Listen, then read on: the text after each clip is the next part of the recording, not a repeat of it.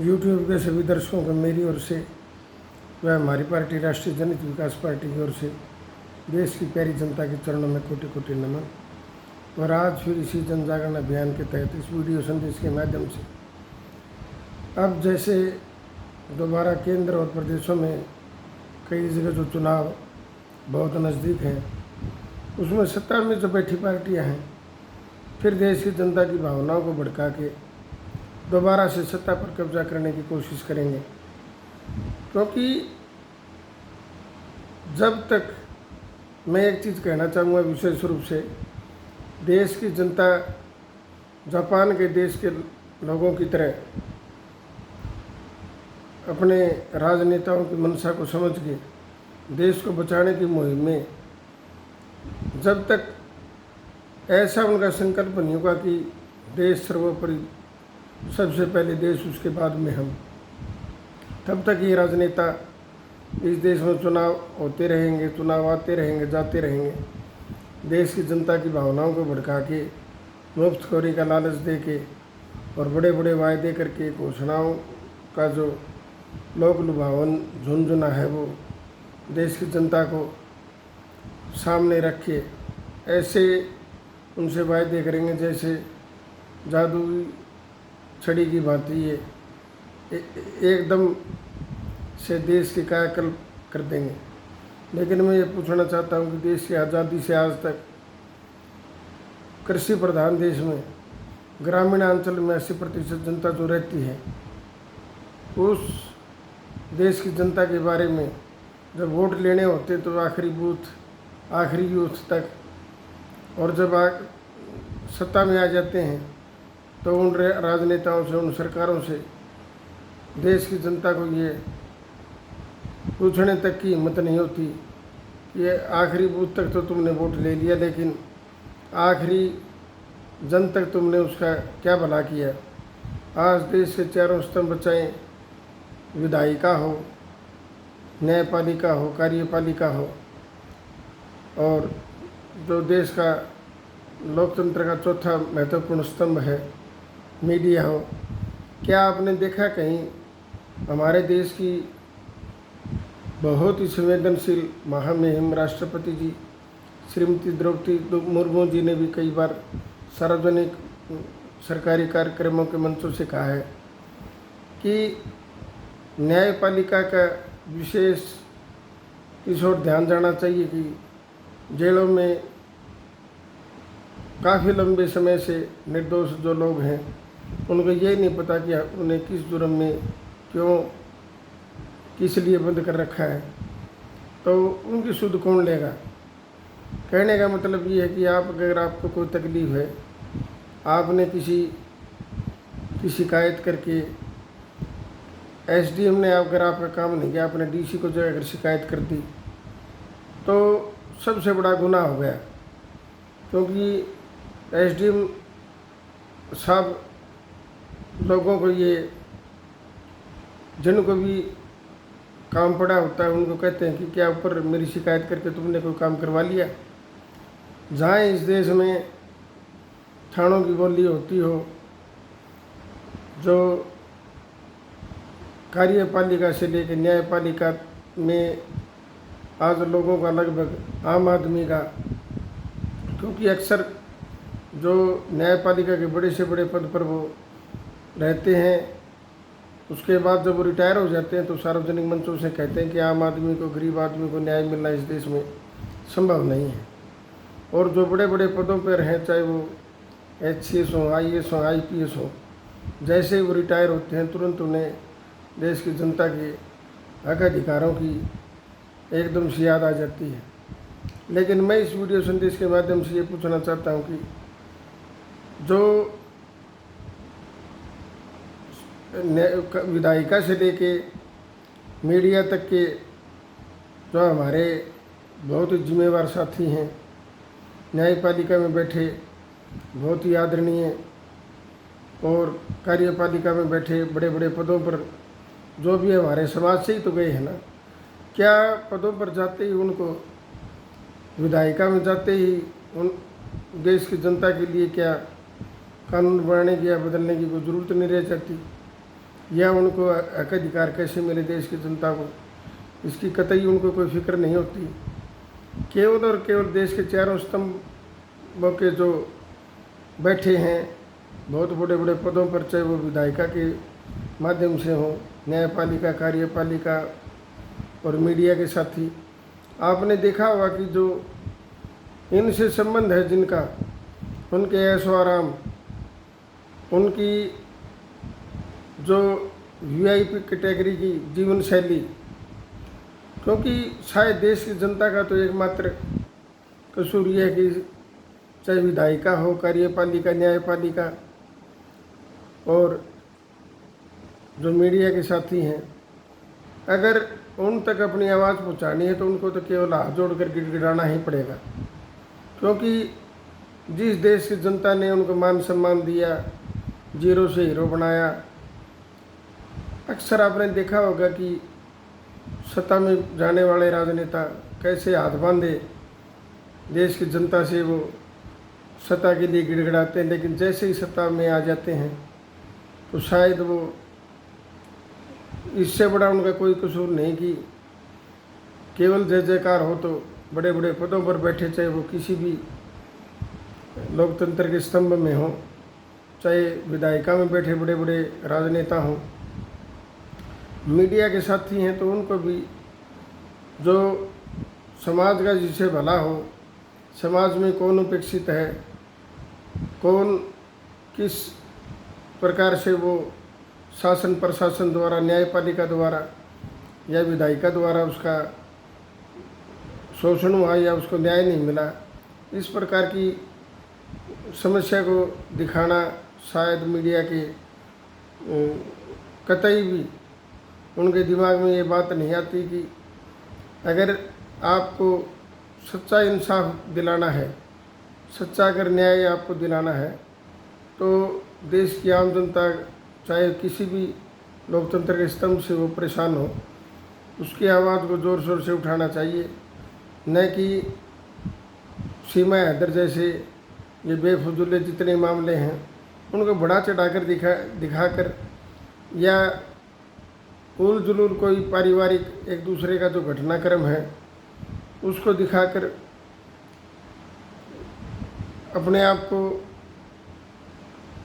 उसमें social media पे ज़्यादा दिखाने की ज़रूरत नहीं है। जो सही मायने में पीड़ित हैं, चाहे वो कार्यपालिका से पीड़ित हो, न्यायपालिका से पीड़ित हो, विधायिका से पीड़ित हो, तो उन सब की जो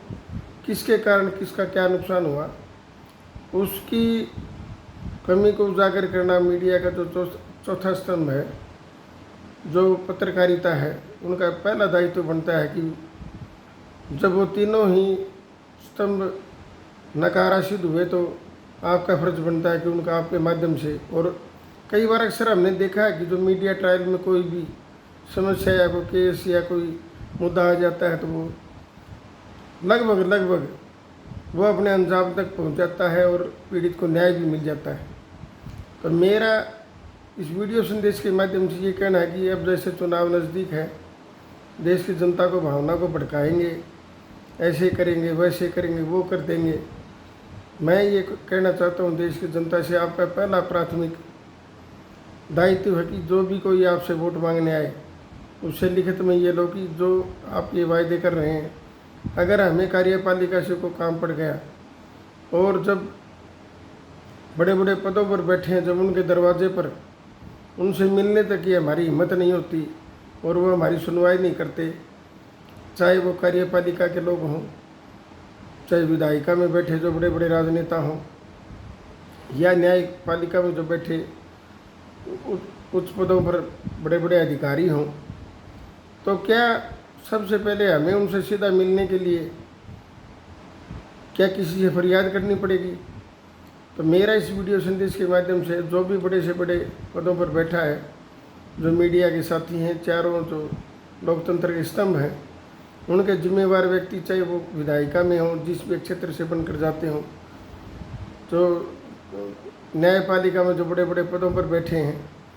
तो जो हमें न्याय नहीं देता, जो हमें परेशान करता है, उसकी शिकायत हम कहाँ करें, किससे करें? तो इसलिए जो चाहे वो विधायिका के लोग हों, न्यायपालिका के, कार्यपालिका या मीडिया के साथी,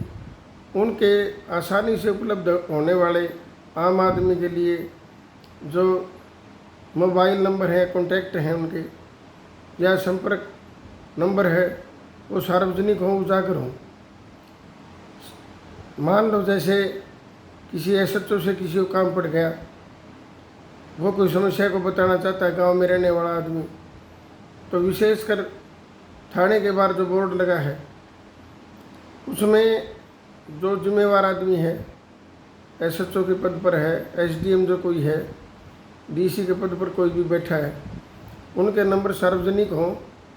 और आम आदमी के लिए उपलब्ध हों, जिससे वो अपनी परेशानी बेहिचक उन तक पहुंचा सके और वो उसको अपनी तकलीफ़ मानते हुए जल्द से जल्द सुलझाने की कोशिश करें। अब अक्सर ये कहा जाता है कि क्या इस देश में कोई भ्रष्टाचार पर लगाम कौन लगाएगा, जब लोकतंत्र के चारों स्तंभ डूबती बहती गंगा में जब गोता लगाने को तैयार है, सब भौतिक संसाधनों के पीछे और धन के पीछे पड़े हैं, ज़्यादा से ज़्यादा धन कैसे अर्जित हो, तब आम आदमी को न्याय कहाँ मिलेगा। जब जिस देश में मैंने आपको बताया कि सबकी मिली भगत हो, जो भी कोई प्रशासनिक काम हो या कार्यपालिका में कोई काम हो, न्यायपालिका में कोई काम हो, जहाँ थक हार कर आदमी बैठ जाता है, और जब जिस आदमी के हाथ में भी कलम है, मैं ये कहता हूँ कि निष्पक्ष, चाहे वो महकमा कोई भी हो, जिसको भी उस कलम के माध्यम से गुजरना पड़ता है अपनी समस्या के लिए, अपने हक के लिए, तो जनता की खैर नहीं कि उससे वो बचकर निकल जाए। क्योंकि शायद इस देश में जो नौकरियों के माध्यम से पदों पर जो बैठे हैं लोग,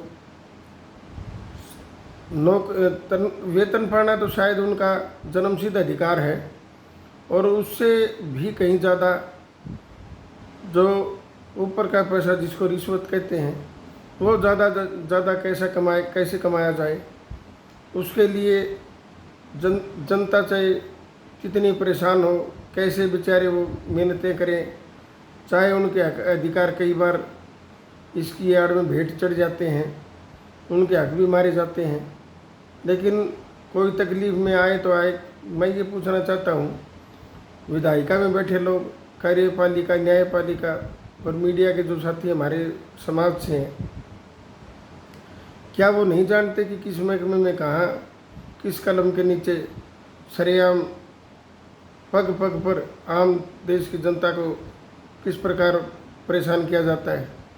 या देश की जनता ही बताएगी। तो इसलिए जो हमारे, चाहे वो कार्यपालिका के हों, न्यायपालिका में जो, और विधायिका के लोग जो ईश्वर की शपथ लेते हैं, शपथ लेकर जो भी पदों पर बैठते हैं, तो सबसे पहले अपने गिरेबां में झाँककर कि उन्होंने